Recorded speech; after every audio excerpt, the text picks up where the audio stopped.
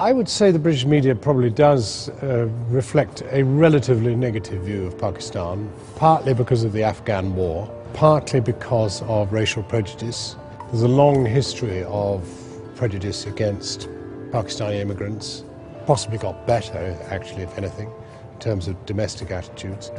But yes, I would say they don't have a sunny view of Pakistan.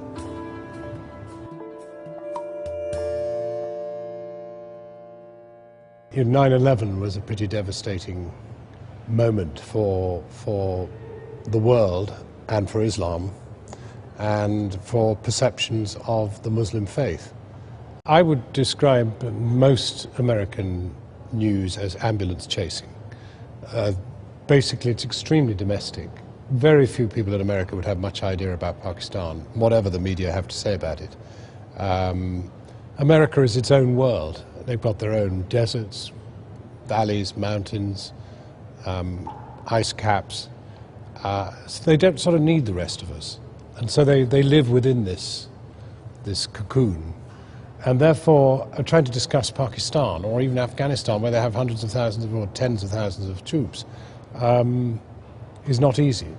I think Britain, because it's a tiny place, which has enjoyed an enormous empire in the past, is much more at ease with discussing international issues and international events. And we have a much more diverse population in a funny sort of way.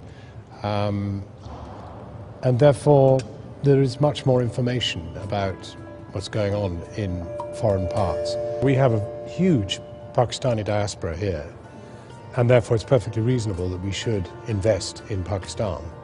Our two-way relationship is pretty key. And I think, secondly, I mean, the imperial hangover means that we still have enormous influence in Pakistan. And one way of developing our own trade is actually aid.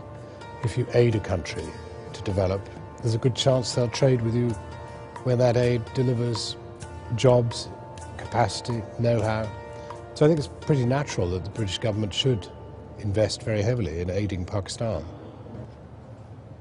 It's a troubled country because it's right on the frontier of Western interests in Afghanistan, and I think that's made life very difficult. It's also a country which has suffered natural disasters, earthquakes, floods, and is also to some extent a victim of the division of India and Pakistan back at the end of the 1940s, which probably wasn't done in the most brilliant way imaginable. I mean, terrible loss of life, awful division of families and the rest of it.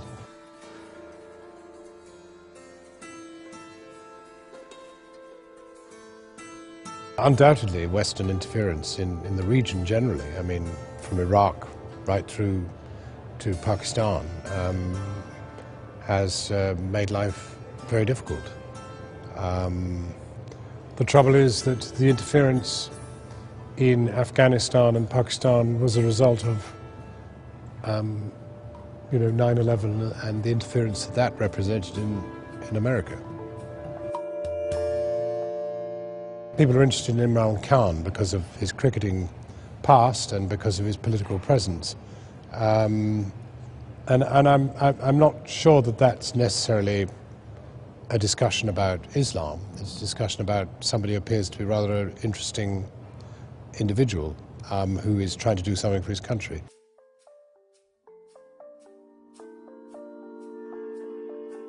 I think we do get coverage of other things, natural disasters, the relationships between families and the rest of it.